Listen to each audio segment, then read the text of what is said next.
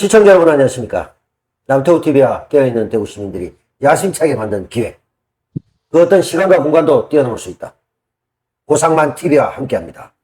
새 채널로 송출되는 방송. 제목은 무엇입니까?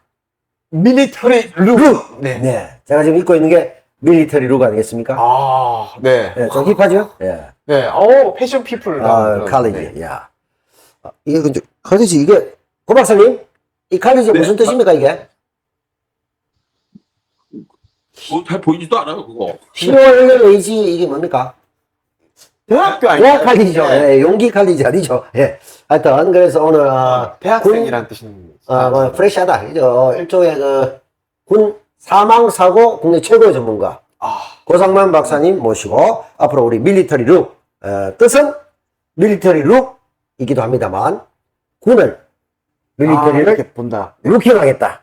거기에는 고상만 위에 전문가가 없잖아. 최고지 뭐. 국방부 장관도 하는 분 아닙니까? 자, 고상만 박사 소개하겠습니다. 자기소개 부탁드리겠습니다. 네, 반갑습니다.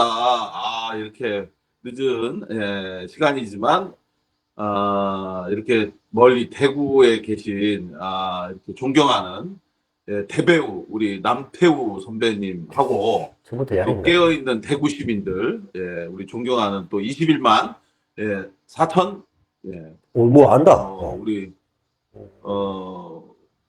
우리 대 유튜버 선생님을 이렇게 또 만나서 함께 방송을 하게 돼서 진심으로 반갑고, 이 녹화하는 시간은 귀신이 활개를 친다는 밤 12시가 넘어서 이 뭐 하는 짓인지 잘 모르겠지만 좋습니다. 대단히 반갑습니다. 네. 그간에 많은 방송에도 출연하셨고, 수십 년간 군 또 사망사고 전문가로 계셨는데, 방송에서 절대 하지 말아야 될, 시간과 상황, 그따위 설명. 참 큰일입니다. 시청자가 어떻게 할까? 12시 하는지 새벽에 하는지 뭐가 상관있어, 그게. 아니, 방송을 낮에 내보낼 수도 있는. 그러니까. 네. 그 쓸데없는 얘기 하는 거예요, 저런 사람들이. 아이고, 아닙니다. 그래서 보면요, 예능이든 뭐든 제방, 삼방 할 수 있잖아. 그래서 오늘 날씨나 옷차림 뭐 이런 얘기 안 합니다. 그게 기본입니다. 특히 교육방송. 내년에 입시 안 합니까? 그때 뭐 지금 비가 와, 비 안 오는데. 그래서 그 날씨 얘기 안 합니다, 원래. 기본이 안 돼 있어, 기본이. 근데 그 얘기를 안 하지 않을 수 없는 게, 지금 제 몰골을 보면 저 사람 왜 저렇게 지금 머리도 이상하고 아니. 몰골은 충분히 괜찮습니다. 이 얘기를 안 할 수 없는 게, 괜찮아. 내가 좀 기름도 좀 바르고 좀 필요 그래야 되는데, 이 시간에 기름을 바르고 좀 이렇게 하기가 좀 이상해서 얘기를 안 할 수가 없습니다. 너무 전문가 같습니다. 자, 그러면 우리 고상만 박사님 밀리터리 룩 제목 어떻습니까? 마음에 들고요. 자, 든데요. 아주 좋습니다. 그래요? 네. 기존에 그 아주 식상한 고상만의 수사반장 뭐 이따위가 고라지 않습니까? 지난주에 우리 남태우 선배님이 갑자기 뜬금없이 전화를 주셔갖고 이 제안을 주셨는데 너무 반가웠습니다. 한번 제가 우리 남태우 형하고 방송 한번 해보고 싶었는데 이런 귀한 제안을 주셔서 너무 감사했고요.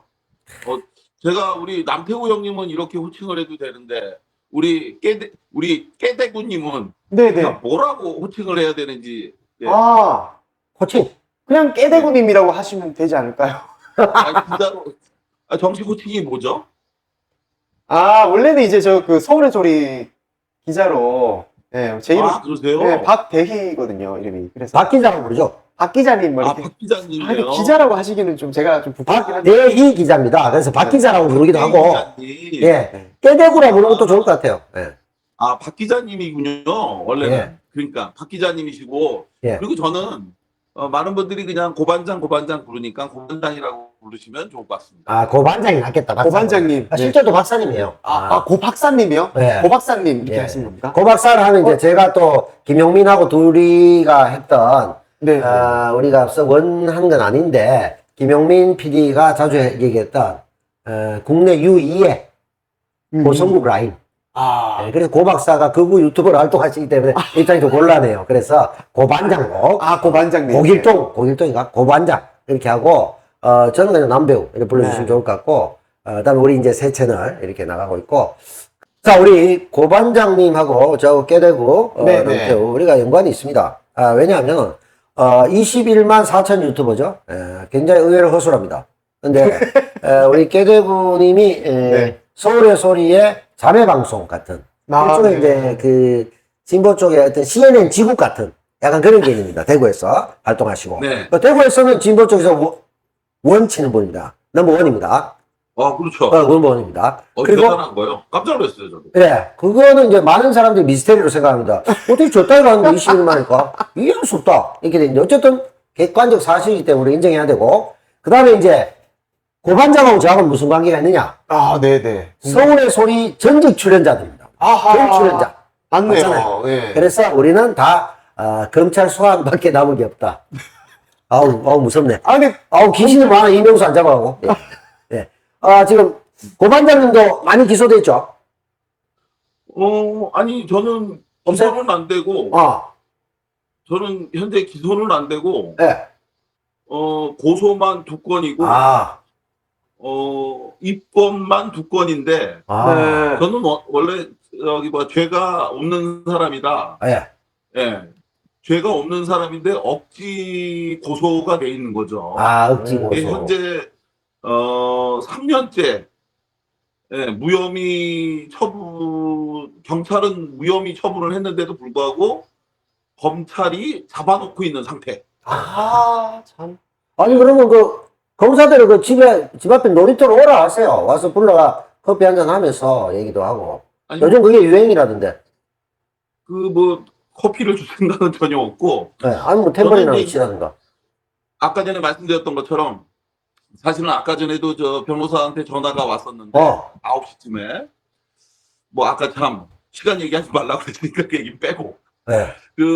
저는 21년도에 제가 군사망사고 진상규명위원회 사무국장으로 있을 때에, 네네. 사실은 두 분은 어떻게 생각하시는지 모르겠는데요. 천안함 사건. 네네.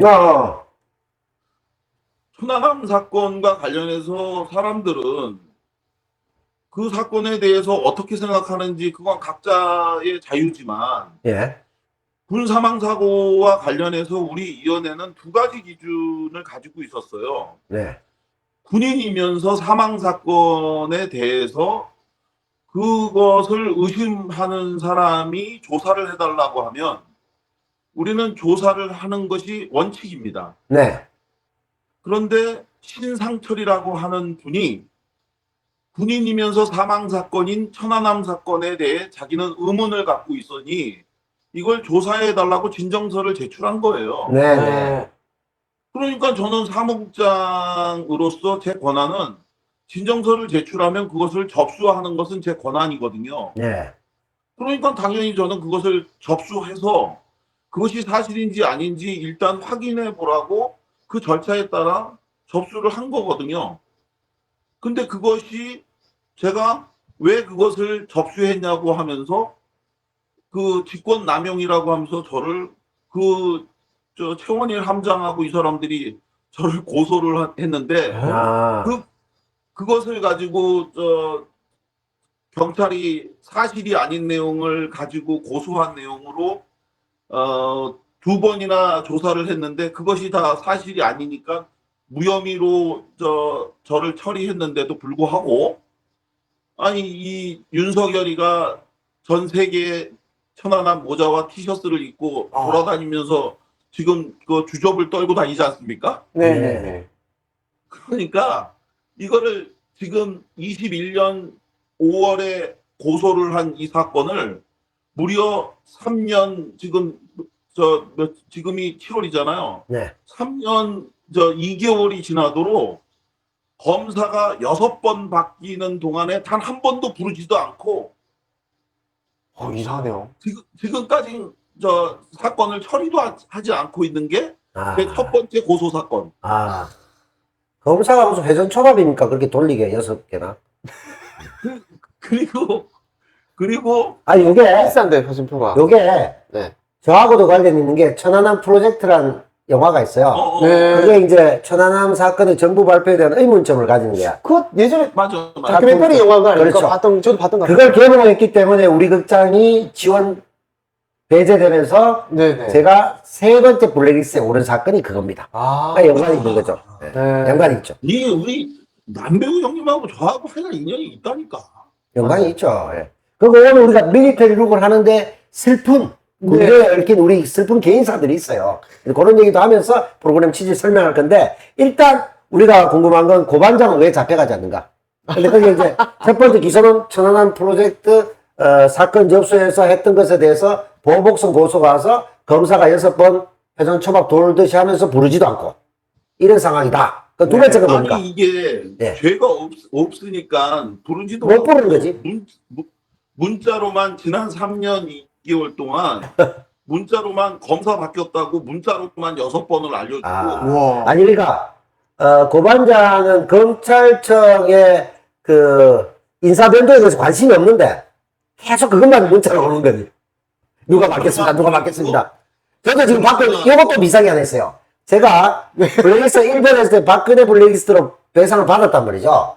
두 번째, 예. 이명박 이명박 블랙리스트로 1차 소송에 승소했어요. 근데 이명박이 원래 근검 절약의 상징이잖아요. 돈을 주기 싫어서 항소를 했어요. 그러면 이제 이 고반장하고 제 같은 개념이 뭐냐면 툭 하면 문자가 옵니다. 뭐냐면은 변론기일이 결정됐습니다. 재판부가 바뀌었습니다. 또 변론기일이 언제됩니다. 그게 박근혜도 몇 년이 걸렸어. 그래서 내가 변론기일에 내가 이제 집단소송이기 때문에 제가 안 가도 돼요. 당사자가. 근데 네. 법무법인이 간단 말이야. 근데 내가 궁금한 건 변론이 어떻게 난가 궁금한데 재판부가 기피해가면 재판부가 바뀌었다. 재판 기일이 언제다. 이거 내가 알고 싶지 않은데 자꾸 문자가 와. 이 똑같은 거야. 그러니까 예, 괴로워 진짜. 본질을 도외시한. 명 짧은 사람은 이 결과를 못 기다리다 죽어. 보고 그리고 아니 기분 나쁘다고 쓰레기통에다가 그걸 버리냐고요. 대한민국이 민주주의 국가인데 절차에 따라서 처리를 해야 되는 게 맞는 예. 거 아니야. 그러니까 그걸 당연히 절차대로 처리한 거고. 두 번째, 그렇지. 내가 무슨 사건 가지고 또 지금 고소가 돼서 또 입건돼 있느냐.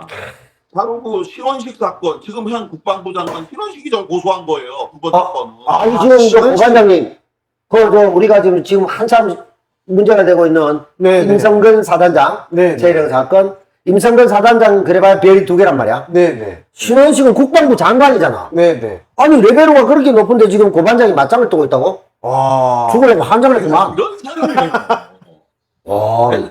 레벨이가 높다. 레벨이. 12시에 이런 방송한 사람이 아니라니까.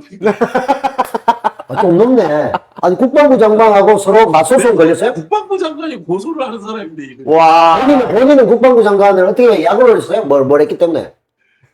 약을 올렸어요? 신원식이 작년 10월에 국방부 장관 임명이 될 때 네. 신원식이 사실은 예. 이 방송에 오늘은 다 하지 못하겠지만 오늘 이제 네네네. 왜 걸렸다 그만. 예. 39년 전에 85년 바로 그가 중대장 대위를 하고 있었을 때 그렇지. 사실은 그 자신의 중대원이었던 이등병을 박격포를 잘못 쏴서 중대원을 죽인 사건이 있었습니다. 최병 그런데 사건보다 더하네. 박격포를 맞춰서 죽여놓고도 불발탄으로 자기가 잘못 밟아 그것이 불발탄 폭사로 죽어서 그 자기 잘못으로 죽은 걸로 조작 은폐한 사건을 제가 폭로했더니 그거를 저를 고발한 사건인데 그것에 대해서 저를 명예훼손 및 그 모욕 그리고 군사망사고 진상규명 특별법 위반 비밀을 지득한 사실을 폭로했다고 한 걸로 세 가지 혐의로 고소를 한 거거든요. 자, 이 내용이 무엇인지 사실은 이걸 전 국민이 다 알아야 되는데 이것을 저희한테 제보한 제보자가 있어요. 네. 그 제보자를 고소한 것에 대해서 제가 그것을 같이 그 사람이 고통받는 거를 제가 같이 고소를 당하기 위해 저 사람 말이 맞다고 언론을 통해 같이 고발을 한 겁니다. 그러면 첫 번째는 천안함 건과 관련해서 그럼 누가 고소했습니까? 정부가? 그 천안 함장 최원일과 함장. 예, 예, 그리고 그게- 그 유가족들 그거하고 지금 현직 국방부 장관과 얘기인데 39년 전 포병 중대장이겠네요, 그러면? 포병 중대장인가요? 그 당시에 그 한미 연합 훈련이 있었는데요. 예. 그 한미 연합 훈련이 있던 날 신원식이 화기 소대장에게 박격포를 쏘도록 무전 명령을 내린 사람이 화기 소대장. 신원식이었던 거예요. 네. 그러니까 이제 근데 최회장 사건하고도 비슷하다, 그죠? 어처구니 없는, 네네. 임성근이 전화해서 야 들어가 그러잖아. 어처구니 없는 잘못된 명령을 내린 건데 이 이야기가 굉장히 기니까 오늘 네. 이 이야기는 요거는 이제 때 자세히 하도록 하고 네네. 어쨌건 그 신원식이 그 뿡짜 왜 문재인 뭐가 있다는 건 시간 문제 어쩌고 하길래 제가 두 번째 그 신원식한테 고소당한 내용은 뭐냐, 이런 신원식을 임명한 윤석열, 그러니까 이런 신원식을 국방부 장관으로 임명하는 윤석열을 한마디로 정리하면 뭐라고 하는가요? 라고 제가 페북에다가 썼어요. 네네. 그래가지고 그 답을 뭐라고 썼냐면 이런 미친놈을 임명하는 것도 미친놈. 그랬더니 이걸 신원식이 저를 모욕죄로 또 고소를 했어. 일단 이제 본인이 본 거네요, 그러면. 봤겠지. 봤지. 그러니까 일종의 그래가지고 제 페북을 보고 저를 모욕죄로 고소했기 때문에 일종의 뭐 유유상종 내지는 뭐 돼지 눈에는 돼지가 보인다 뭐 이런 식으로 이게 조금만 바꾸지. 돼지 눈에는 멧돼지가 보인다든가 이런 게 좀 있어. 그 묘미가 좀 그게 없었네. 제가 자기를 그렇게 욕한 거를 보고 모욕죄로 고소했길래 제가 그 다음날 또 썼어요. 신원식이 제 페북에 찾아와서 저를 보고 이걸로 모욕죄로 고소했는데 차라리 나에게 패칭을 신청하지 이거를 보고 그거 누구나 그러니까요. 전체 얘기하셨구나. 그래 누구나 볼 수 있게 공개했더니만 신원식 장관이 몰라서 봤다는 거지. 네. 친추도 안 하고. 친구 친구 얍삽하다. 아니 친구 신청을 해야지. 아니, 화나요. 버튼이라도 눌러주지. 그래. 그리고 예의가 아니지. 친구 신청하고 친구 사이에 못할 말이 어딨어. 그렇지만 안 하고 몰래 와서 이렇게 밀리터리 룩도 아니고 말이야. 이게 다 훔쳐가지고 그래가지고 그걸 나이 고상만이 가만둘 수 없다. 이래 된 거 아니냐. 네. 너무 이게 참- 얍삽한데요, 이거. 자, 그러면, 오늘 우리가 흥미진진한데, 사람들에게 또 기대치가 있으니까, 앞으로 방송 우리가 뭘 다루겠다는 얘기도 하고, 일단 오늘은 처음이니까 일단, 군 문제에 관심을 가지게 된 게, 우리가 군대는 갔다 왔잖아. 네네. 그 얘기도 하면서. 네. 그리고 이 고반장이, 네네. 왜 군 사망사고에 이렇게 애정을 갖고 하게 되는지, 그것도 좀, 요런 어떤 전문가시잖아요. 이 프로그램 도입의 배경에 대한 얘기를 오늘 전반적으로 알겠습니다. 하면, 그다음부터 사람들이 이제 또, 신원식이 어떻게 되지? 또, 그 다음에 최혜병 또 군사 전문가니까 여러 가지 얘기를 할 수 있지 않을까. 일단 어떤 얘기를 앞으로 해보실 생각인지 그 계획을 좀 한번 알려주시죠. 밀리터리 룩. 예. 네. 자, 먼저 우리 박 기자님 네. 군대 다녀오셨나요? 네네, 갔다 왔습니다. 네. 이 사람 포병 아닌가? 이 포병이죠. 네. 이 포병입니다, 포병. 예. 와, 혹시 언제 군번이세요? 저 02군번. 몇 년도 다녀오셨어요? 2002년 3월 군번인데, 저기, 연천에 육포병 여단. 네, 거기. 연천. 999 대대 다녀왔습니다. 그때 군 복무하시면서 어떠셨어요? 뭐 하실만 하셨어요? 뭐, 군 생활이 다, 그렇지 않겠습니까? 뭐, 다 힘들기도 한데, 뭐, 사건, 사고도 많이 터졌었고, 아무래도 많이 다치는 사람도 많이 있었고요. 예. 그리고 뭐, 자살 사건도 있었고. 아이고. 네. 본인은 죽고 싶다 이런 생각 들지 않으셨나요, 혹시? 군대 간 사람은 한 번씩 다 하지 않겠습니까? 죽고 싶다는 생각. 네, 다. 근데 야, 이게 좀, 저는 숏숄저 출신이어서, 네네. 단기 사병이라고 하죠. 통속적으로는 방이라고 하죠, 방이. 네. 그 독수령 연계도 방입니다. 네. 지구방위대. 예. 그리고 예전에 LA 사태 때도 주방위군이 있습니다. 현역들이 뭐 한 건 없어요. 예. 근데 저 같은 경우는 죽고 싶다는 생각을 한 적은 없고, 어떻게 하면 오늘 출근 안 할까? 이런 연구를 해본 적이 있어요. 이게 조금 차이가 있네. 실제로 그래서 제가, 실험적으로 출근 안 한 적도 있습니다. 네. 아니, 네. 출근을 안 하시고 그냥 그 부대에서 그냥. 잔 적도 많고. 네. 거의. 그래서 제가 이제 국내에서 문제됐던 건 퇴근하지 않는 병사. 이 일을 어떻게 할 것인가. 네. 대부분 군을 실에서 안 오는 놈은 있어도 네. 군에서 안 나가겠다는 놈은 없거든요. 이게 현역이 하는 걸 하신 거네요. 더 방위가 심했죠. 현역을 이제. 뛰어넘었죠. 아하. 그러니까 이제 우리 부대에서 골칫거리는 네네. 왜 남태우 사병은 퇴근하지 않는가? 아하. 이 말뚝박아야 된다. 네. 그리고 제가 또 이 관성의 법칙 강해요. 제가 뭐 나중에 설명드리겠지만 제가 한 근 10년에 걸친 상황 속에서 늦게 군대를 갔다면 거의 20대 말에 갔다고. 네. 그러니까 관성의 법칙처럼 안 가면 죽어도 안 가. 근데 가면 또 안 나와. 감옥도 그랬어. 내가 감옥에서 나올 때 자기들 마음대로 나를 석방시켜가지고 못 나간다. 니들 마음대로 넌 나갈 수 없다. 그래서 문 잡고 싸웠습니다. 2시간을. 지금 법무부에서 이거 왔기 때문에 지금 감옥에서 나가야 된다는 거야. 못 나가겠다. 내가 나가고 싶을 때 나간다. 왜 네 맘대로 내보내냐. 이런 행패를 부려가지고 쪽에서 이런 감옥에 더 있겠다는 분은 처음 보는 거야. 이 두 가지를 제가 저도 약간 좀 이해가 안 되네. 근데 이제 소신이었어요. 너무 기분 나쁜 거야. 네. 아니 그때는 요거 야사인데요. 하나 설명을 드리면 현 광주시장인 강기정 시장이 정치범으로 있었어요. 옆방에. 그래서 껌이 계셨다고요? 옆방에 바로 옆방은 아닌데. 근데 이게 뭐냐면 정치범 있으면 바로 옆방에 정치범 안 둬요. 또 살인범 두고 또 옆에 정치범 두고 이런 식으로. 근데 이제 뭐가 있었냐면 이 형님이 112 사태가 그 당시에는 88년 상황에서 많이 모를 때예요. 그래서 재소자들에게 알리라고 나를 사주했어. 네. 고발 사주 이런 거 말고 삐라 사주 이런 거 말고. 그래서 내가 재소자 여러분 오늘은 112 신군부 쿠데타가 일어난 날입니다. 그러니까 할 말이 없잖아. 그 살인범 뭐 이런 사람이니까. 여러분들도 신군부에서 삼천교육 때 잡혀가신 분도 있지 않습니까? 그래서 막 광주에 진실을 알립니다. 그때는 5.18은 나도 112 잘 모를 때야. 그런 걸 했기 때문이죠. 물론 학생도 선배기도 하고. 그래서 언제 나가냐. 이 사람 3년 반 동안 계속 못 나가는 거야. 그래서 나중에 퇴소하면서 같이 나가서 집단 환영되면서 떠들썩하게 해갖고 민주화운동의 가치를 알리자. 이게 뽀록 난 거야. 그래서 불려서 내보낸 거야. 강기정 당시 이제 선배는 따로 보내고. 그래서 제가 거기서 뿔나가지고 같이 안 보내준다고 삐져가지고 못 나간다 나는.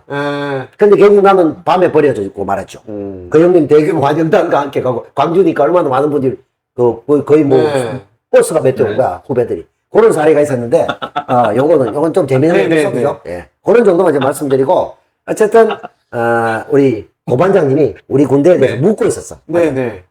해주세요. 왜 죽고 싶냐니까. 네, 죽고 싶다는 질문이 궁금하네요. 네, 물어보셨는지. 네. 사실은 군대 이야기는 많은 사람들이 남자들은 군대 이야기 하면 뭐 한도 끝도 없다 이런 이야기를 하고 여자들은 제일 듣기 싫어하는 이야기가 그렇지. 군대 이야기 맞습니다. 하고 축구 이야기. 그런데 그 남자들을 만나면 군대에서 축구한 이야기를 제일 많이 한다고. 그렇죠. 그런 우스꽝스러운 이야기를 많이 하죠. 그렇죠. 그래서 군대 사실은 쓰리가들이 워낙 많으니까. 그런데 사실은 이런 이야기를 해드리고 싶어요. 뭐 군대 이야기는 앞으로 우리가 이 이야기를 계속 할 거기 때문에 이야기하면서 차차차차 계속 할 수밖에 없으니까 1998년도에 저는 천주교 인권위원회라는 곳에서 활동가로 일을 했습니다.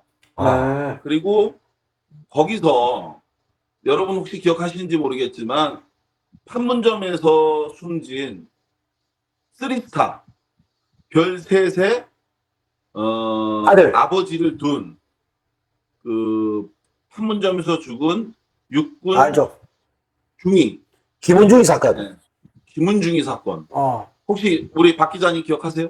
아니 저는 기억 안 나요. 요거는 네. 많이 이 영화에도 그렇고 여러 차례 회자됐고 그것이 알고 싶다 해서도 집중적으로 많이 했어요. 엄청나게 많이 맞아. 회자됐던 대한민국에서 사실상 이 사건이 최초로 군 의문사라는 용어가 나온 사건이 바로 이 사건입니다.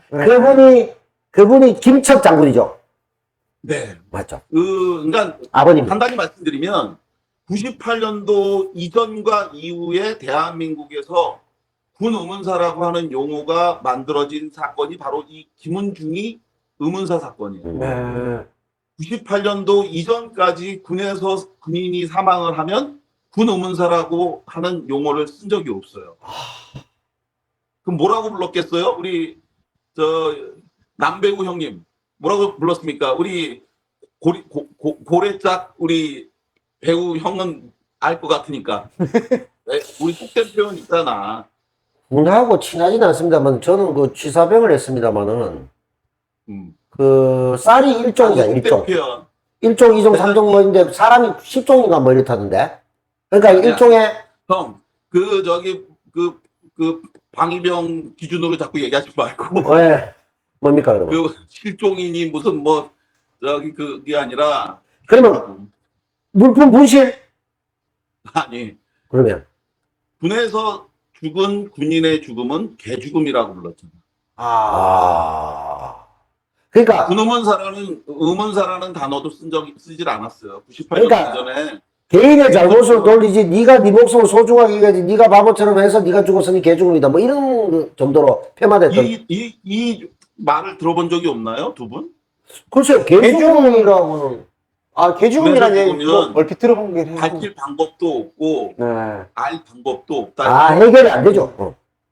개죽음이라고 그랬어요. 네. 이 얘기를 모르시는구나. 나이 지긋하신 분들은 군에서 죽으면 그냥 개죽음으로 쳐야 된다 이랬어요. 네, 그래서 네. 지금도 강연 가면 제가 강연 참 많이 가거든요. 네, 네. 강연 가서 제가 물어보면 어른들은 다 그리고 어른이 아니라 우리 남배우 형 수준이면 다들 그냥 개죽음이라고 다 얘기하는데 하여간 개죽음이라고 그랬는데 98년도 판문점 김은중이 사건 이후에 공식적으로 언론에서 나온 단어가 군의문사였어요. 그 정도 가까이 하니까. 군 의문사라는 용어가 바로 이때 처음 언론에서 나온 신조어예요. 그런데 이 신조어 군 의문사가 김은중이라고 하는 군 의문사가 나왔고 이때 네. 50년 만에 여야 교체를 통해 김대중 정부가 들어서서 국방부에서 특별합동 조사단이 출범을 해갖고 네. 김은중이 사건을 조사하라고 하는 특조단이 출범을 한 거예요. 네. 그리고 이 특조단에 제가 민간 자문위원으로 위촉이 돼서 조사를 참여하게 됐는데 네. 이때 바로 우리 천주교 인권위원회에 500여 명의 일단의 어머니들이 저를 찾아옵니다. 그분들이 누구냐?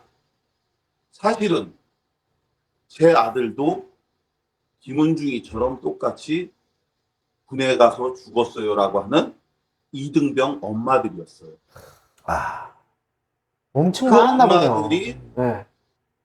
사실은 우리 아들은 제가 장군의 부모는 아니지만 제 아들은 장교는 아니지만 제 아들도 군에서 죽었는데 제 아들도 조사를 해주시면 안 되나요? 천주교 인권위원회에서 군에서 죽은 사람들을 조사해 준다는데 제 아들도 조사해 주시면 안 되나요? 하면서 근 500여 명의 유가족들이 한 분 한 분 찾아오면서 새벽부터 부산에서 대구에서 전라도에서 기차를 타고 찾아와서 문 앞에서 명동 천주교 인권위원회 앞에 와서 기다리시는데 그때 그 어머니들의 하염없는 눈물을 보는 순간 제가 잊어먹었던 기억 하나가 떠오른 거예요.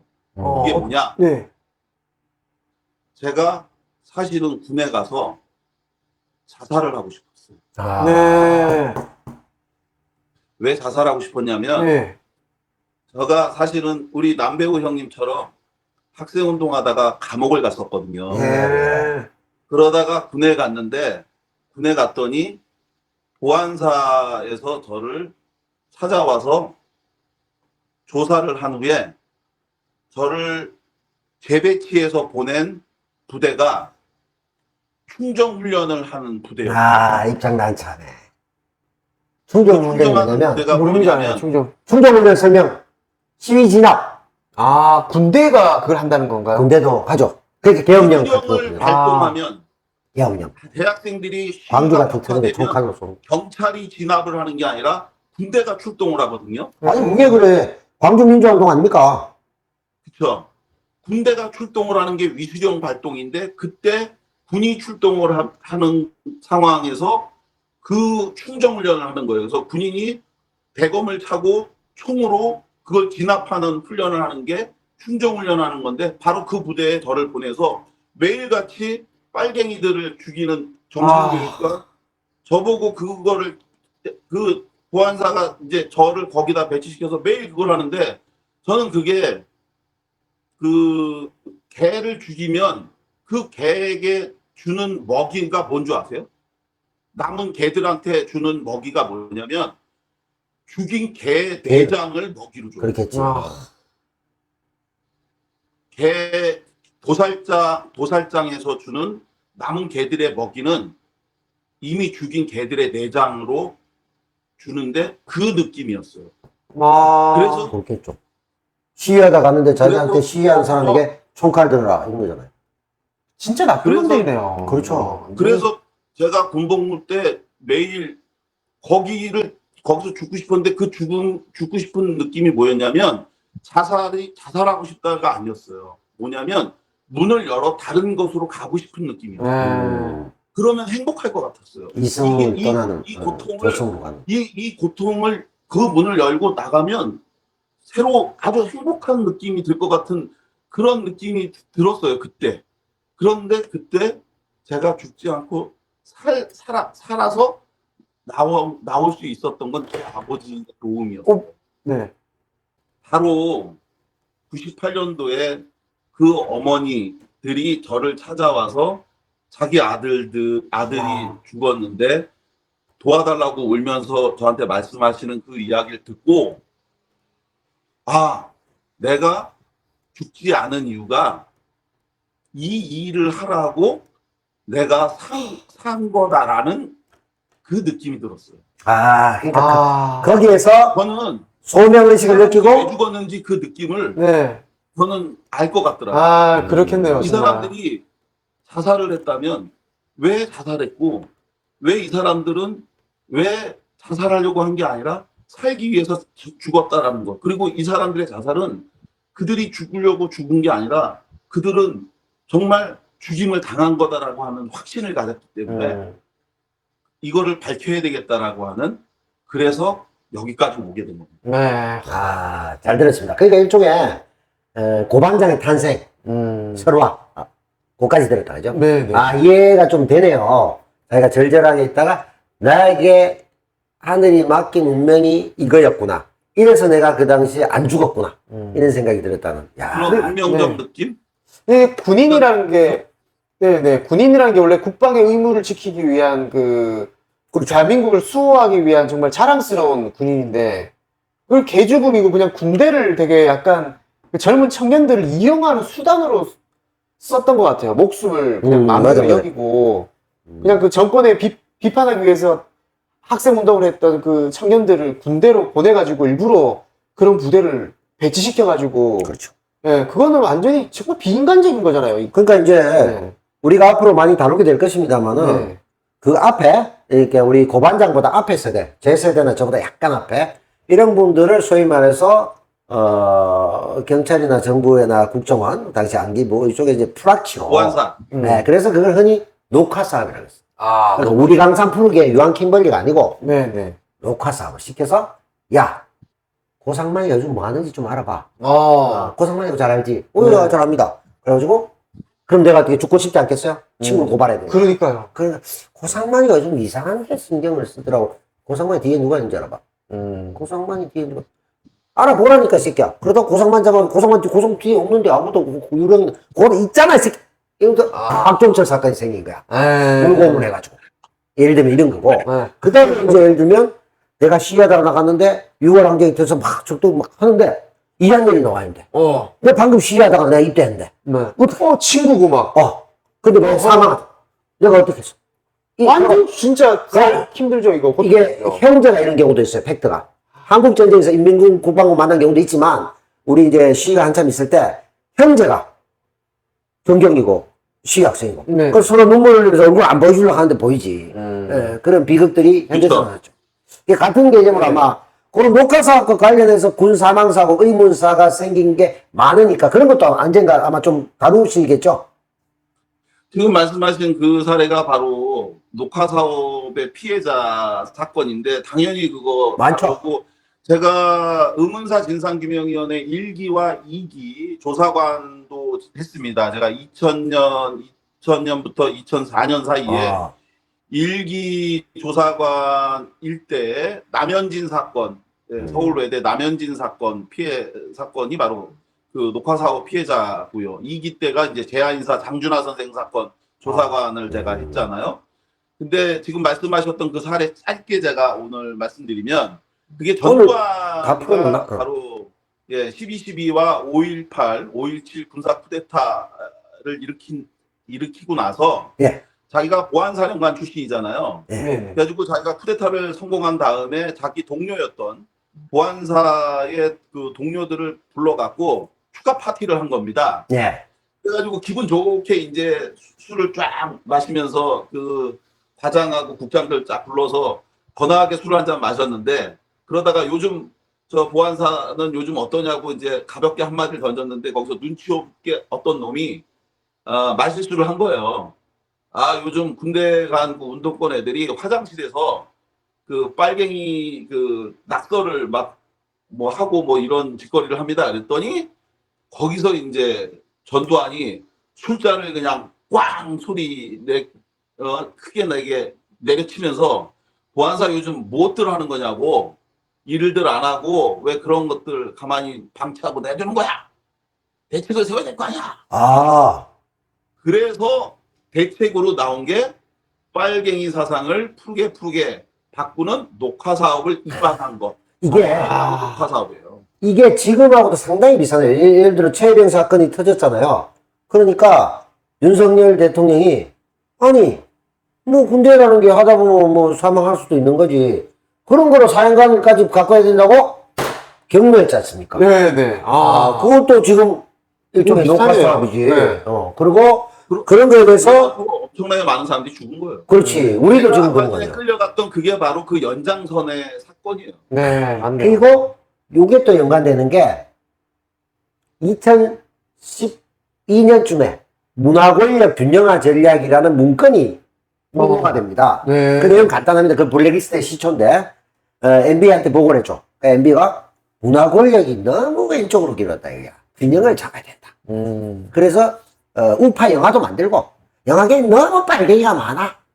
그러니까 막 기분 나쁘고 일종의 이제 자기들이 봤을 때는 문화계가 조국 혁신당 조국 대표 당선되는 정도로 99.9%가 좌파니까 당연하지. 그러면 기존의 문화를 바꾸는 거지. 그러면 똑같이 할 것 같으면 F1, F2 하면 계속 수레 끌면 되지. 자동차 왜 발명하냐고. 그렇잖아요. 리모컨 돌리면 되지. 말라고 그 채널 돌리면 되지. 리모컨 왜 하냐고. 왜 이렇게 서울 하고 있는데 대부분 같이 있는 것처럼 방송하고 이 지랄을 왜 하냐고. 점점 문화가 발달하는 거야.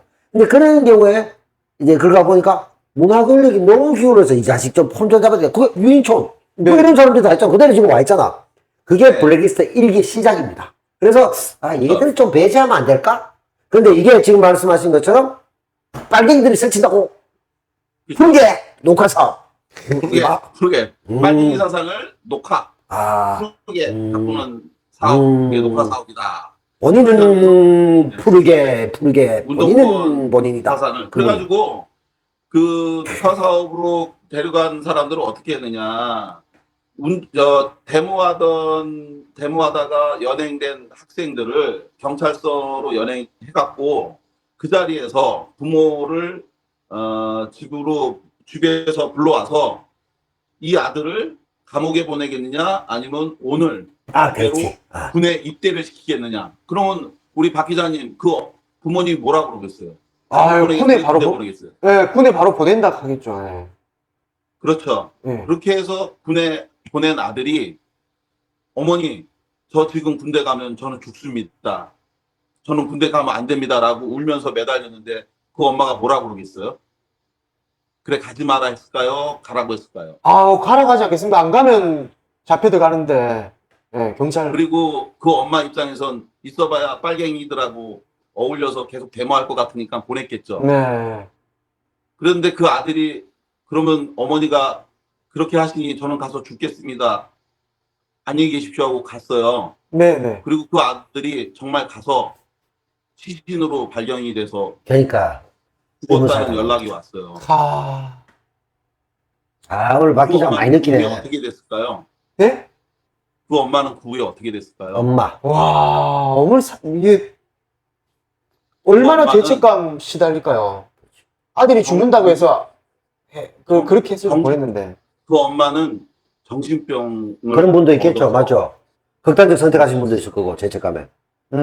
아, 슬프다. 이게, 이 무도한 권력이 들어서면 가정이 이게 다 파괴됩니다. 이제, 그래가지고 이렇게 미쳤는데 예, 그 어머니가 아버지가 그 엄마를 간병하고 했는데 어느 날 그 아버지가 낮잠을 자니까 그 어머니가 이렇게 베개를 베어 주더래요.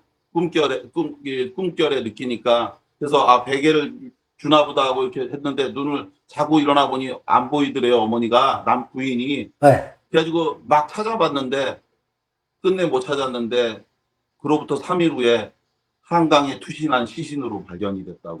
어머님이 두신하신 거예요? 네. 비극이다, 비극. 이게 지금 다 겪으신 내용이잖아요. 팩트입니다. 그게 육아협에 있었던 실제 사건이에요. 와, 그러니까 이거 이런 진짜- 사례들을 우리가 하나하나 하면서 군이 바로 서게, 지금 최혜병 사건이 있으니까 더 그렇습니다만, 이런 걸 우리가 해보는 게 밀리터리 룩 아니겠습니까? 네. 그래서 군 사망 사고는 한 개인의 죽음이 아니라 한 가정의 파멸이에요.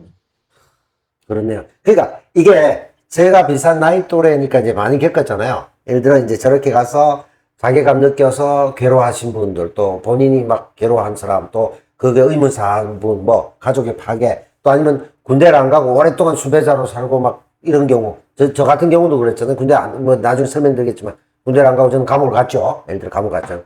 그리고 또 뭐 또 군대를 가게 됐는데 이런 경우 아니면은 중간에 잡혀서 박종철 열사 사건이나 물고문이나 뭐나 해서 또 죽는 군 바깥에서도. 그래서 이게 이제 지난한 민주화의 과정인데 이제 그렇게 해서 온 나라가 지금 뭐 거의 뭐 개막장의 나라가 됐지 않습니까? 거기다 최병 사건도 있으니 그런 걸 느낀 건데 이런 것들을 앞으로 우리가 다층적인 시각에서 특히나 이제 고반장이 일단 능력과 무관하게 네. 고반장이 데이터가 엄청납니다. 데이터. 데이터가 이 엄청난 AI가 이거 몰라요. 이만큼 알고 있고 또 실제로 본인이 가서 조사했잖아. 그렇기 때문에 밀리터리 룩의 미래가 밝다. 왜? 우리는 고반장이 있다. 네.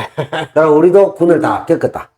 그리고 한국에서 누구도 다루고 싶어 하지 않고 기피하고 싶은 군대 얘기를 이토록 리얼하고 진실되게 조망할 수 있는 방송이 아닐까라는 나름의 자긍심이 있기 때문에 저는 또 이해할 수는 없지만 미셀이에요. 사실 대구의 미셀인데 21만 유튜버가 있기 때문에. 아유, 아니, 군대 얘기가 또 중요하기도 하고, 또 중요합니다. 뭐, 이 북한하고, 예. 그 남북 관계 이런 예. 것도 또 관련되어 그렇죠. 있고. 앞으로 뭐 평화체제도 만들어야 될 거고. 네. 또 이제 뭐, 지금 최병 특검만 해도. 그렇죠. 네, 이것도 좀 상당히 밀접해 있지 않겠습니까? 네. 그러면 사실은 네. 예. 그 계기로 해서 해병 사건을 제대로 해결하기 위해서도 예. 군대를 제대로 이해하고 바꿔야 합니다. 그리고 맞아. 예, 또 군대를 또 제대로 바꾸기 위해서는 군대를 제대로 또 듣고 알아야 하고요. 그럼요. 또 우리가 최해병 사건이나 또 얼마 전에 있었던 훈련병, 네. 훈련병 사건과 같은 비극을 당하지 않기 위해서도 제대로 이 사건이 무슨 문제가 있는지를 또 알아야 해요. 제가 연극 이등병의 엄마를 2017년도에 스토리 펀딩을 통해서 스토리 펀딩. 예, 약 2,700명의 2,800명의 후원을 모아서 네. 만들어 갖고 군사망사고 진상규명 특별법을 제정하고 위원회를 만들었거든요. 네. 근데 이러한 것들이 사실은 지금 우리나라에서 발생했던 수많은 그 군사망사고 피해 유족과 같은 억울한 일을 당하지 않도록 하기 위해서 그러한 일을 했던 건데요. 네. 그 남들의 고통과 비극 이것을 제가 지금까지 만나왔던 그 수백여 명의 유가족들을 만났는데 네. 그분들이 하나는 정말 놀라울 정도로 그 수백여 명이 하나는 같았고 예. 하나는 완벽히 달랐습니다. 어떤 게 같았습니까? 지금? 하나가 달랐던 건 뭐냐면 네. 들이 살아온 이름, 나이, 환경, 나온 학교 모든 게 다 달랐는데 하나가 똑같았던 건 뭐냐면 네. 내가 이 비극의 주인공이 될 줄은 몰랐다라는 거예요. 아, 몰랐다. 아무도 예상 못했다라는 거예요. 그렇죠. 비극을 누가 이건 했겠습니까? 뉴스에서나 보는 일인 줄 알았지. 아, 정작 내가 이런 일의 당사자가 될 줄은 정말 아무도 상상하지 못했다. 그런데 네. 내가 이 일에 내 아들이 이런 일에 당사자가 될 줄은 정말 상상도 못했다. 그런데 막상 그 일이 내 일이 되면 바로 얼마 전에도 바로 그 유명한 이야기 있지 않습니까? 새벽 6시에 갑자기 내 아들이 죽었다는 전화를 받았어요. 뉴스에서나 보던 그 일이 정말 내 일이 될 줄은 몰랐어요. 라고 하는 메일을 올린 한 어머니의 사연. 아, 그런데 비극이다. 그게 모든 제가 지금까지 만났던 500여 명의 유족 어머니들이 다 한결같이 했던 말입니다. 무슨 얘기냐면 여러분 이태원 참사, 네. 세월호 참사 모든 참사의 피해자들도 다 똑같이 하는 얘기예요. 네. 따라서 이 끔찍한 피해를 알 필요가 없어요. 나는 이렇게 얘기하는 분들은 어리석은 이야기예요. 네, 맞습니다. 네. 그래야지만이 이 피해를 안 당하는 유일한 방법은 이런 일이 없도록 우리가 함께 네. 연대하고 싸우는 것이 가장 현명한 아. 방법이지. 좋습니다. 아유, 난 끔찍해서 이런 얘기 보고 싶지도 않고 듣고 싶지도 않아요. 그건 가장 어리석은 이야기예요. 아, 그렇죠. 피하면 문제가 해결되지 않고 더 고름이 나오고 이렇게 되겠죠. 그러니까 지금 이제 그 피하면요. 제가 지금까지 인권운동가로서 수많은 사람들을 만나왔고 제 직업을 어떻게 보면 사람 만나는 게 제 직업이었어요. 예. 그런 분들을 쭉 만났는데 어느 날 한순간 내가 방관하고 외면하는 순간 그 비극이 저하고 눈이 마주친 순간 피할 수 없는 거예요. 그렇죠. 우리도 민주주의에 대해 잠시 관심을 놓치고 뭐라 그럴까, 이건 좀 다른 겁니다만은 좋은 표현은 아닌데 사실 국민들이 홧김에 서방지라는 심정으로 문재인 조금 그런데 이러다가 윤석열 찍어가고 이 사단이 나지 않았습니까? 잠시도 이 사주 경계를 게을리하면은 개판되는 겁니다. 그러니까 지금 얘기하신 것처럼 내일이 아니겠지 하는 순간 내일이 되기 때문에 우리가 군도 민주적으로 그리고 또 안전하게 특히나 지금 사건이 많이 나왔으니까 이렇게 하는 데 있어서 밀리터리 룩이라는 프로그램이 유용하지 않을까. 그리고 또 오늘 이제 마무리 지을 때가 돼 가는데 우리 박 기자도 우리 얘기를 좀 많이 하셨고 네.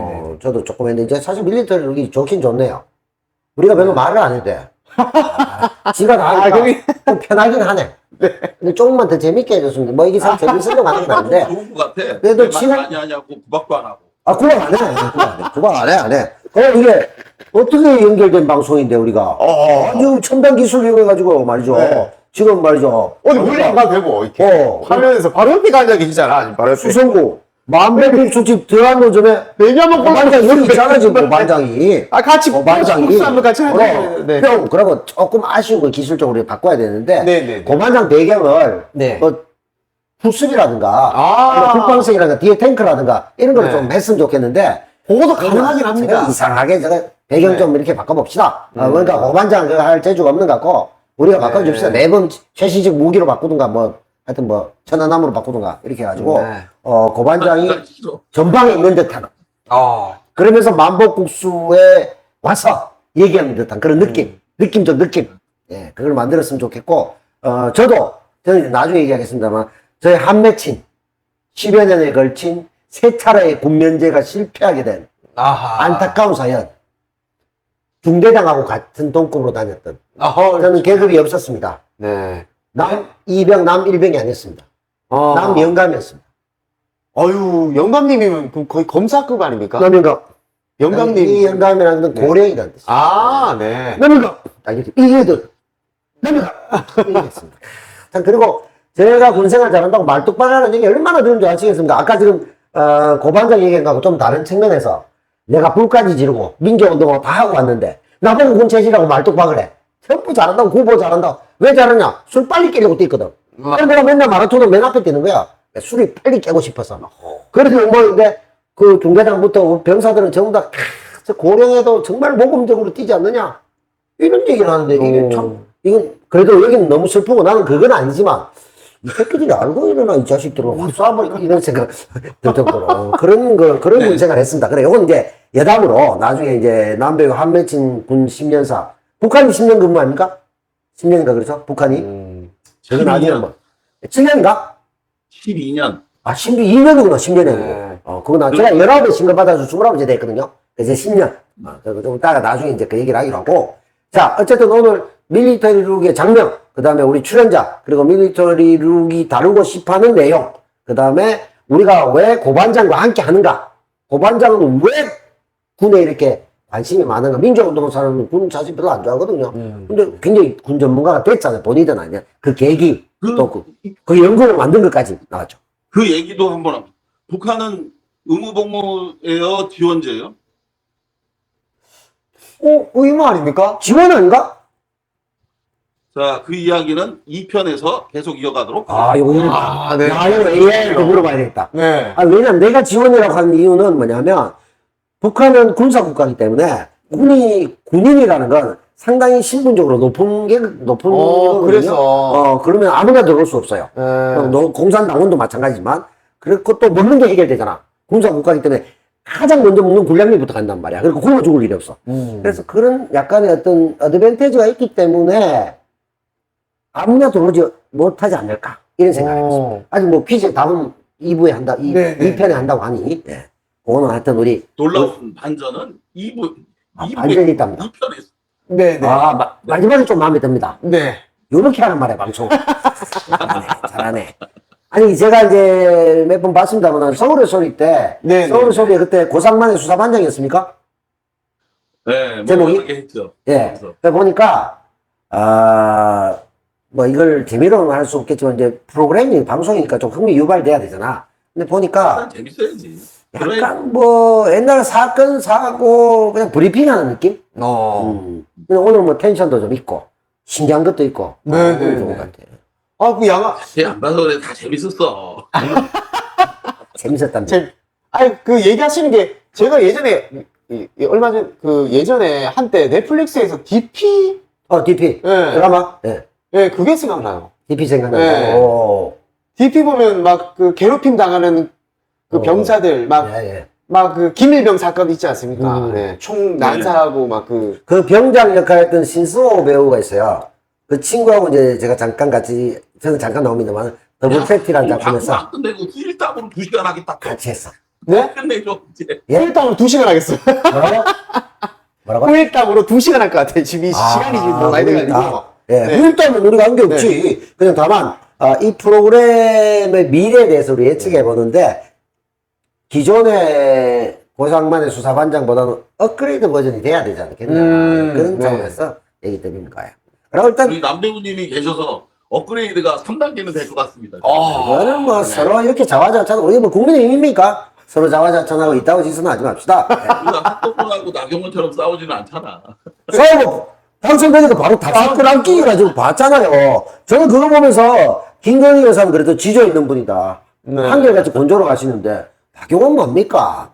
저출산 부위원장한테 기대기 맞았잖아요. 당권 노린다고. 그랬다고 다시 또 이제 정식으로 또 윤석열 정권 위기에 처하니까 약간 이렇게 해가지고 또 이제 당대표 선거에 나와가지고 나한테 이제 수채! 막 이렇게 해가지고 해놓고 한동되니까 바로 가지고 뚜껑 열다가 바로 그냥 뚜껑 덮고 그냥 냅다 앉아가 막 넋이 엎드리면서 막. 바로 막 비비면서 막 민망합디다 진짜. 아이고 참. 난 그러지 약 맙시다. 처먹었는 줄 알았습니다. 예? 약 처먹었는 줄 알았다고. 약을 드실 줄 알았다 아니다. 나경원 약설. 폐쇄 예. 전화를 할 수 있는. 나경원 버닝썬 썰이네요. 예. 자, 이제 마무리 하도록 하죠. 우리 시청자 여러분께, 2부 시작의 퀴즈. 북한군은 의무복무제도일까요? 지원제도일까요? 예, 요거 하나 있고. 그 다음에 마무리 인사하시고, 다음에는 좀 더 좋은 배경화면에서 우리도 좀 더 좋은 조명에서 제가 중간에 아까 슬픈 얘기도 하고 무서운 얘기도 했어. 이 조명도 제 앞으로 당겨보고 이렇게 네, 했으니까 네. 효과도 많이 써서 이제 좀 더 재밌는 방송. 그리고 사실 이게는 요 부분은 이제 내용적인 위주로 가야 되잖아요. 이거 지금 뭐 잘라가 편집으로 각자 대가리 하나씩 나오고 이렇게 할 수가 없어 지금 이거는. 요게 그림 좋아 세치는 게. 그렇게 갔으면 좋겠고 어쨌든 고 반장님부터 일부 마무리 인사해 주십시오. 그 방송 시작에서 말씀드린 것처럼 정말로 우리 박 기자님 대구의 깨대구 깨대구. 기자님하고 우리 남배우 형님하고 이렇게 좋은 방송 귀하게 만들어 주셔서 정말 반갑고요. 이 방송 뭐 한 분이든 100분이든 이렇게 함께 인연이 돼서 이 방송 할 수 있는 기회가 돼서 정말 고맙습니다. 그리고 오늘부터 몇 번 방송을 더 하게 될지 알 수는 없으나 제가 하는 앞으로의 모든 이야기는 핵심 키워드는 하나입니다. 저는 대한민국 군을 비하하기 위해서 하는 것이 아니고요. 우리나라 군이 저는 적어도 북한의 인민군보다 정말 월등히 존경받고 그리고 우월한 군대를 만들기 위해 대한민국 군을 비판하는 겁니다. 그래서 궁극적으로 저 대한민국 군이 인민군보다 정말 부러운 군대를 만드는 게 제 목표입니다. 그래서 비판하는 겁니다. 이상입니다. 군대를 너무 사랑하시는 정말 참 군인이십니다. 참 군인. 이게 밀리터리 룩이 네. 우수 프로그램으로 선정돼서 앞으로 국방 TV에도 진출하고 이렇게 돼야 되냐. 그러면 적어도 신원식은 안 되겠네요. 국방부 장관 내려와야 되겠다. 국방부 장관이 나가면 되죠. 네. 우리가 나갈 일 없죠. 윤석열이가 나가고. 그럼. 그러고, 그래서 네. 예. 제가 국방부 적폐청산위원회의 간사위원, 또 하는구나. 국방부 국방개혁 자문위원회 간사위원을 지낸 사람입니다. 네. 그래서 실제로 제가 대한민국의 400명의 장성들을 대상으로 제가 강연을 2차례 했어요. 네. 400명의 그 별들을 다 모아놓고 실제로 제가 했던 말입니다. 이 말. 네. 그러니까, 저는 제가 하는 모든 말은 대한민국 군이 저 북한군보다 다 월등한 군대를 만들기 위해서 비판하는 거라고. 저도 뭐, 그래서 저는 진짜로 그 마음으로 비판하는 거예요. 알겠습니다. 그것으로 들어줬으면 좋겠다. 왜 고상반이는 이렇게 군에 대해서 욕을 하냐고 오해하는 분들이 있는데. 무슨 말인가 알겠습니다. 욕이 그러니까 아닌데요, 이게. 욕이 아니죠. 욕이 아닌데. 이게 이제, 아까 제가 국방TV 얘기했습니다만, 정확한 군사 용어로 뭐냐면, 밀리터리 룩과, 고상만 반장이 하고 있는 것은 뭐냐? 국방부 교재에 나옵니다. 이것이야말로 군 전투의 향상입니다. 부국강병, 강성군대. 네. 왜? 건강군대 강성이지. 네, 다 죽고 싶고 자살하고 싶고 이러면 그 좋은 군대냐고. 맞습니다. 그리고 또 자꾸 지적하니까 나도 자랑 한번 하겠습니다. 제가 영천 3사관학교에 2,000명 생도들 넣고 네네. 원앙소리 보여주면서 원앙소리요? 예. 네네. 보여주면서 니들도 동물과 함께 한평생 이렇게 개처럼 성공하려고만 하지 말고 이렇게 해서 남는 게 뭐냐? 인생을 반추하고 내가 왜 군인이 돼야 했던가? 느끼면서 살아라. 이거 한번 교육해갖고 거기서 훈장 같은 거 받았어요. 제가 비록 솔저 출신이지만은 그 집에 있어요. 3사관학교에서 이렇게 이렇게 막 마크 이거 예쁘게 해서 탁 줬어. 우와. 그거 한 받은 적 있고. 그 다음에 군교육도 할 때 제가 군도 영상교육을 합니다. 잠시 있었죠. 그래서 군 문화예술교육 영상 분야에서 제가 대구에 뭐 큰 군대에 가가지고 군인들을 가지고 영화에 대한 교육을 하고 있었어요. 근데 거기 이제 혹시 불안하잖아. 그래서 앞에 국정원 사는 데 있었어. 국정원에서 있었다고요? 무슨 헛소리 하나. 근데 그래서 이제 블랙리스트. 아니, 그건 아니야. 그런 거 아니죠? 근데 돈도 받았죠. 내가 강의를 했으니까. 근데 이제 웃기는 게 뭐냐면 제가 영화를 하나 보여줍니다. 진짜 고반장하고 연관이 있어. 무슨 영화냐? 용서받지 못한 자라는 영화입니다. 오, 잘 알고 있죠. 예. 거기도 나왔어요? 독립영화입니다. 네. 그러니까. 하정우 나온 거 영화. 그렇죠. 하정우의 네. 데뷔작. 그게 2세 대결입니다. 김용권 배우의 아들 하정우와 서인석 배우의 아들 서장원이라고 있어요.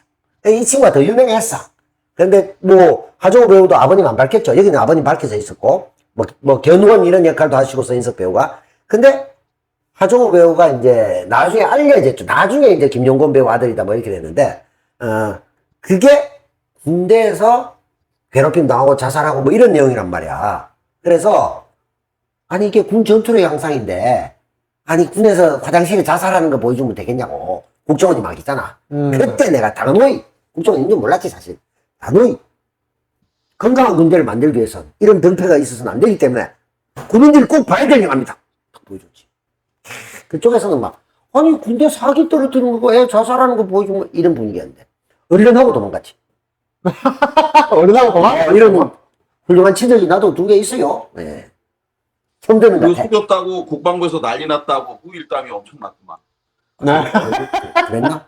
아, 난. 나 우리 깨대구님 이제 한 말씀 하시고 끝내시죠. 예. 네, 저는 우리 고반장님의 그 경험담을 토대로 나중에 영화나 넷플릭스 드라마를 하나 만들어도 괜찮을 것 같아요. 그게 어떻게 보면 이제 그런 것들을 많은 군인들이나 대한민국 국민들이 많이 보셔가지고 보셔야만 그 군 의문사를 막을 수도 있고, 예, 그런 것들을 좀 할 수 있기 때문에 아마 충격적인 내용이 너무 많을 것 같습니다. 오늘 1부만 했는데도 불구하고 너무 기대가 크고 심각한 내용이 되게 많을 것 같아요. 우선 뭐 지금 얘기하신 신원식, 예, 신원식 국방부 장관, 예, 그것도 지금 궁금하기도 하고요. 디테일한 내용들을. 아무튼 기대가 됩니다. 네. 네. 네. 그러면 아까 반갑습니다. 국방TV도 얘기했습니다만, 군 구만 이야기, K, 이런 거 나오는 거. 군 구만 이야기, K. 군 구만. 좋습니다. 자, 오늘 우리, 좋은 이야기 본격 생방송으로, 다 같이 마무리 하면서 우리 액션 한번 취하도록 하죠. 네. 우리가, 부국강병, 군 전투를 향상해서 반드시 우리가 두 눈 부릅뜨고 보겠다. 밀리터리 룩을 한번. 이거요? 예. 네. 자, 그러면 밀리터리 룩 1회 방송을 마치도록 하겠습니다. 밀리터리 룩!